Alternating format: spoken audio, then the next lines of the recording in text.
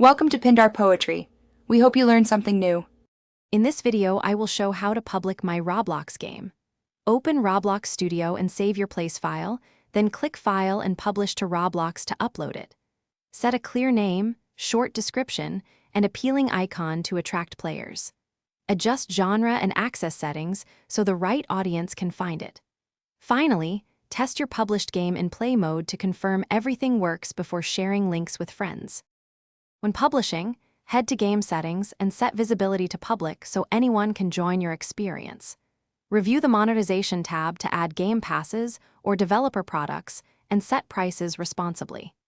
Use the Privacy and Security sections to enable safe chat, age restrictions, and moderation features to protect your community. Make sure to save changes and republish after updating settings so players see the latest version immediately. Polish your game before promoting it by optimizing assets, simplifying maps, and fixing glaring bugs to improve player retention. Create an eye-catching thumbnail and a short trailer that highlights core gameplay to boost clicks. Promote in Roblox groups, social media, and with friends to build early momentum.